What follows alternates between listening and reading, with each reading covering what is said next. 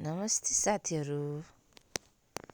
हजुरहरूले देखिरहनु भएको छ नि, यो जुन डोरीमा सिलाएर झुन्डाएको यो चाहिँ लेखलेखमा पाइने चौरी गाईको दुधबाट बनेको छुर्पी हो।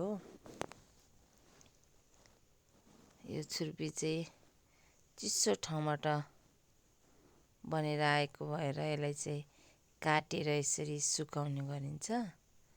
यो चाहिँ सुकाएर यसरी काटेर पिसको हिसाबले बेच्ने गरेको छ। यो चाहिँ भर्खर ल्याएको ताजा काटेको छुर्पी हो। यो चाहिँ नरम हुन्छ, सुकेपछि चाहिँ यो अलि साह्रो हुन्छ। यो चाहिँ भर्खर ल्याएको नरम ताजा काटेर मात्रै राखेको छुर्पी हो।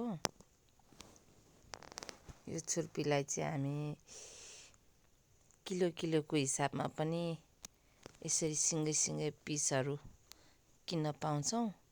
यसलाई चाहिँ यसरी सिङ्गै ल्याएर काट्नुपर्छ।